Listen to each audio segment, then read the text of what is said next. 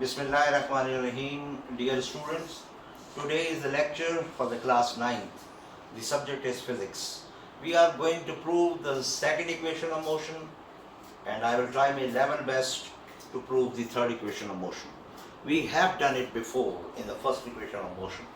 ये देखिए, ये एक velocity time graph या speed time graph है. ये velocity है, vertically ऊपर जा रही है, और time हॉरिजॉन्टली राइट साइड पे बढ़ रहा है. ये ग्राफ आप पहले देख चुके हैं. ये जो ए बी लाइन है, ये क्या है? I have shown it to all of you in the previous lecture of the first equation of motion के स्पीड टाइम ग्राफ के अंदर कोई भी पॉइंट एक्सेलरेशन को जाहिर करता है. तो ये जो ए बी लाइन सेगमेंट है, ये लाइन सेगमेंट नहीं है, ये इनफाइनाइट पॉइंट्स का कॉम्बिनेशन है, जिसमें से हर पॉइंट एक्सेलरेशन को जाहिर कर रहा है, लेकिन ये कोई आम एक्सेलरेशन नहीं है. It's a uniform acceleration. I have done it before. आप जानते हैं, मैं इसको पहले बता चुका हूं, but I am recalling it to make it refresh to all of you. तो ये तमाम एक्सेलरेशंस हैं और यूनिफॉर्म एक्सेलरेशंस. एक बात ध्यान में रखिए, सेकंड इक्वेशन ऑफ मोशन का ताल्लुक डिस्टेंस से है. S is equal to V I T plus half A T square. ये बाद में आएगा, लेकिन मैं आपको बता दूं. याद रखिए, वेलोसिटी टाइम ग्राफ में कोई अगर आपने डिस्टेंस निकालना हो तो how you will manage it, तो याद रखिएगा कि ए बी लाइन के नीचे जो एरिया है, ए बी लाइन के नीचे, ये देखिए, ये आपकी इनिशियल वेलोसिटी है, ये आपकी फाइनल वेलोसिटी है. मींस आपने यहां से यहां तक बॉडी को ऑब्जर्व किया है. और याद रखिएगा, मैं आपको पहले भी बता चुका हूं और फिर बता रहा हूं, one of the most important condition for the equation of motion is that the body must have got a uniform acceleration. Variable acceleration के लिए equation of motion hold नहीं करती. अगर आपने इसको खुद ट्राई करें और अगर नहीं होता मुझसे पूछें क्यों. ये यूनिफॉर्म एक्सेलरेशन है, ये स्टार्ट है, ये एंड है. ये इनिशियल वेलोसिटी है. इनिशियल वेलोसिटी किसी पॉइंट का नाम नहीं है, हाइट का नाम है, मैं पहले बता चुका हूं. और ये आपकी फाइनल वेलोसिटी है. और नजर आ रहा है कि फाइनल वेलोसिटी इनिशियल वेलोसिटी से ज्यादा है. इसका मतलब है एक्सेलरेशन पॉजिटिव है. We are applying our accelerated down rather than the brakes.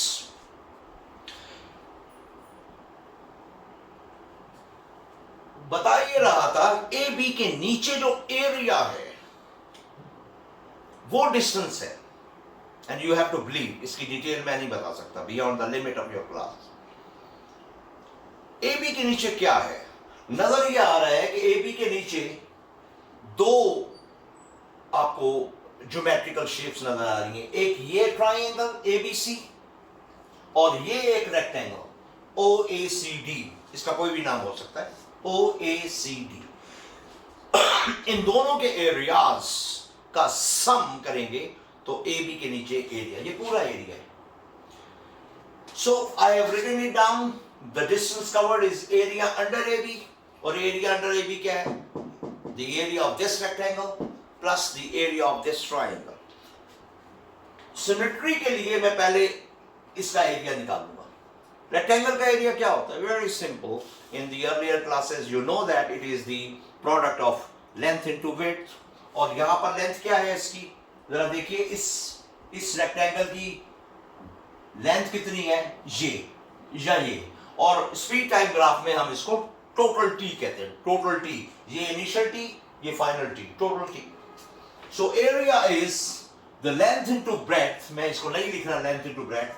तो length is t, breadth is what? Breadth is this or this. और आपको पता है ये breadth क्या है? You know, vi. मैं फिर रिपीट कर दूं, ये vi यहां से ली गए. यहां से ले सकता था, हाँ ले सकता था. मैं पिछले लेक्चर में इसको बता चुका हूं, vi 0 होता अगर यहां से लेता. तो ये vi है. तो breadth is vi plus the area of the triangle. The area of the triangle, as mathematics says, is what?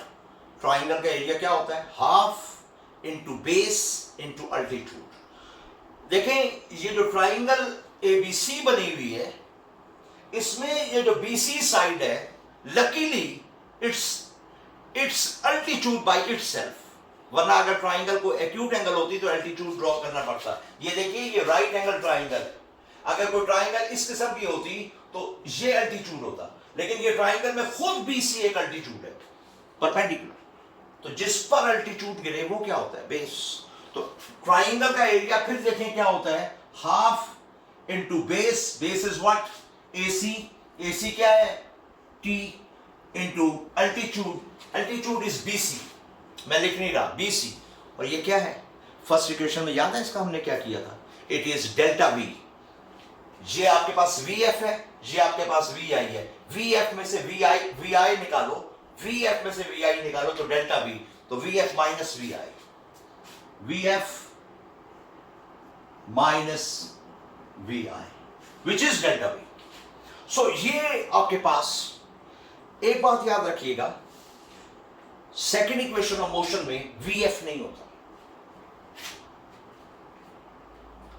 अब इसको थोड़ा सा मैं अरेंज करूं फिर मैं आपको बताता हूं। VIT plus half into T into this. अगर आप पहली इक्वेशन ऑफ मोशन को रिकॉल करें, व्हाट इज दैट? यहां देखिए वो क्या थी? VF minus VI is 80। तो मैथमेटिशियन ये कहते हैं कि जहां पर VF माइनस VI लिखना हो उसकी जगह 80 लिख दें। एक बात का ख्याल रखिएगा, मैंने बुक को स्टडी नहीं किया, अगर बुक में कुछ और है और वो अकॉर्डिंगली मैथमेटिक्स के असूलों के मुताबिक है तो वो भी बिल्कुल ठीक है, ये भी बिल्कुल ठीक है। तो VF minus VI is 80 and now look at this, S is equal to VIT plus half AT square, and that is the second equation of motion. Second equation of motion में VF नहीं होता, इसीलिए यहां पर VF minus VI की जगह हमने यहां पर 80 लगाया था। सेकेंड इक्वेशन ऑफ मोशन में क्या है? एक स्टेप है कि ये जो आपका यहां से ग्राफ शुरू हुआ है और यहां पर खत्म हो रहा है, उसके नीचे जो एरिया है वो डिस्टेंस कवर है। अगर आप अपनी पेंसिल और कॉपी ले लें और यहां पर VI की कुछ वैल्यू लें, VF की कुछ वैल्यू लें, और आप इस सारी कैलकुलेशन A निकालें, T निकालें, या जो भी गिवन हो, आप देखेंगे जब आप डिस्टेंस निकालेंगे तो एरियाज के अंदर है। ये एग्जांपल आप देख सकते हैं। I am not going to do it. अब थर्ड इक्वेशन ऑफ मोशन में क्या है? यही है थर्ड इक्वेशन ऑफ मोशन और सेकंड इक्वेशन ऑफ मोशन में सिर्फ मेथडोलॉजी का डिफरेंस है, डेफिनेटली इक्वेशन का भी डिफरेंस होगा। हमने यहां पर distance covered by the body, यहां से अगर आप ये सोच रहे हैं, एक बहुत इंपॉर्टेंट बात है कि ये डिस्टेंस कवर्ड है, तो बिल्कुल गलत है, क्योंकि ए बी इनफिनिट पॉइंट्स का यूनियन है और हर पॉइंट किसको जाहिर कर रहा है? एक्सेलरेशन, और आर्म एक्सेलरेशन नहीं, uniform acceleration. It may be 2 metre per second square. तो ये डिस्टेंस नहीं है, डिस्टेंस कुछ और है, क्योंकि वेलोसिटी टाइम ग्राफ में हर पॉइंट एक्सेलरेशन को जाहिर करता है। सो डिस्टेंस यहां पर हो ही नहीं सकता। तो हम क्या कहते हैं मैथमेटिशियन कि भाई इसके नीचे जो एरिया है आप इसको कैलकुलेट करें किस दिन न्यूमेरिकल वैल्यू लेकर, and you will be convinced that it is absolutely right. Third में और सेकंड में क्या फर्क है? सेकंड में हम एरिया ऑफ द ट्राइंगल और एरिया ऑफ द रेक्टेंगल लेते हैं, लेकिन थर्ड में हम एक ही एरिया लेते हैं। याद रखिए, अगर मैं यहां पर लगाऊं S is equal to area under AB, वही आर्टिकल है, लेकिन इस सेकंड इक्वेशन में मैंने उस एरिया को area of A triangle plus area of the rectangle, लेकिन थर्ड में मैं क्या करूंगा, जरा थोड़ी सी तवज्जो दीजिए। थर्ड में मैं इस पूरी ज्योमेट्रिक शेप को, इस पूरी ज्योमेट्रिक शेप, ये देखिए ये पूरी ज्योमेट्रिक शेप है,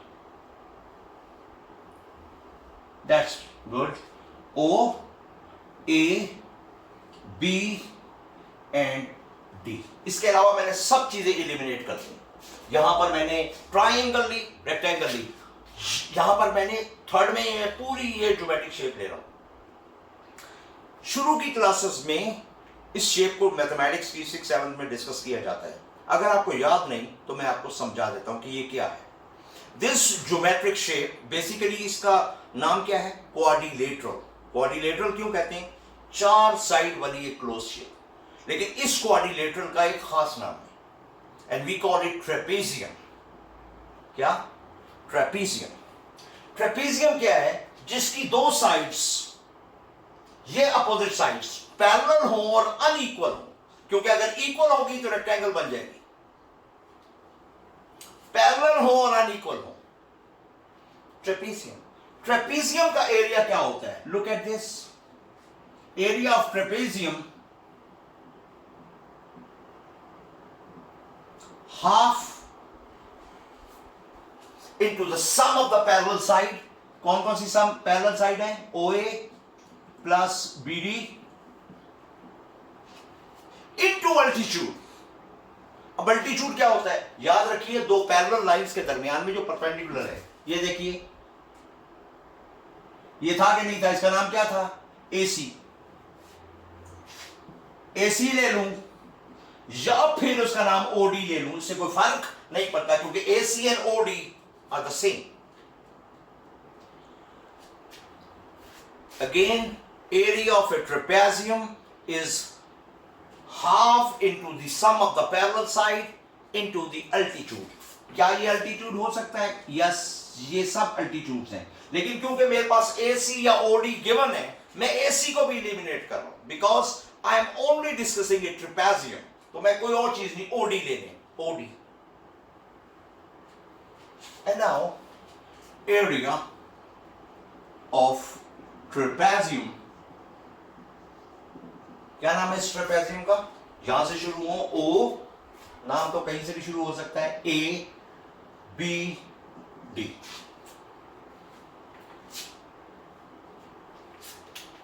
यहां पर मुझे ये चीजें एलिमिनेट कर देनी चाहिए, not to make you confused। So this is trapezium। क्या होगा जनाब? Half into the sum। सम कौन कौन साइड है? OA plus sum of the parallel side BD into the altitude OD। That's all। The second equation has been solved। How it will be solved? You will put down the values here। S is equal to half, what is OA? What is OA? OA is here। What is this? VI। What is BD? What is BD? VF। अगर आपको ये अभी नहीं आता, इसका मतलब है आपने फर्स्ट इक्वेशन को सही तैयार नहीं किया। And what is OD? OD is nothing but T। So this is the third equation। You will say this is not the third equation। Third equation में तो कुछ और आता है। यस, थर्ड इक्वेशन में जिस तरह इसमें VF नहीं आता, थर्ड इक्वेशन में T नहीं आता। थर्ड इक्वेशन में T नहीं आता। हम क्या करेंगे?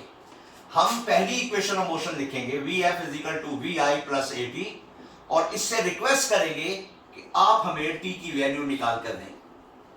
And now what will B T? VF minus VI over here। So to eliminate T from here, why to eliminate T? Because T is not included in the third equation। तो यहां पर क्या आएगा T की value? Half. VF को मैं पहले लिख रहा हूं, VI को बाद में लिख रहा हूं। क्यों?